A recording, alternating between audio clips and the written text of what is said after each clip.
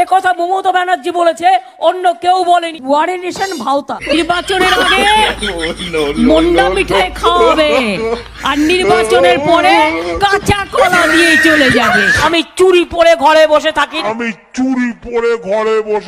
যতদিন বাঁচবো বীর পুরুষের মতো লড়বো, কা পুরুষের মতো লড়বো না। এসো ডিএনএ টেস্ট করতে, ভালো করে দিয়ে দেবো।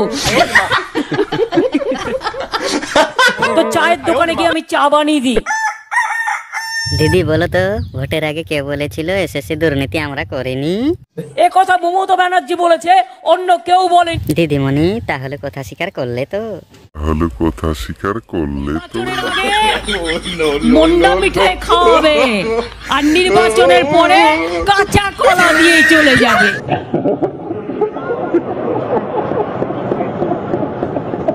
আমি চুরি পরে ঘরে বসে থাকি না। কি বললে দিদি, কি বললে? আরেকবার বলো তো, আরেকবার বলো তো।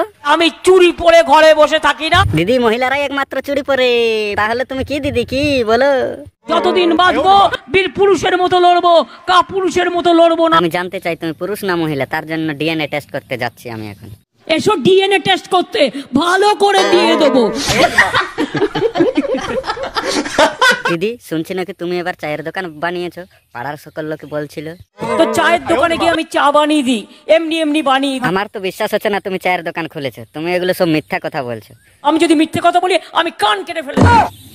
দিদি বলছে আমি যদি মিথ্যে কথা বলি তাহলে আমি কান কেটে দেবো।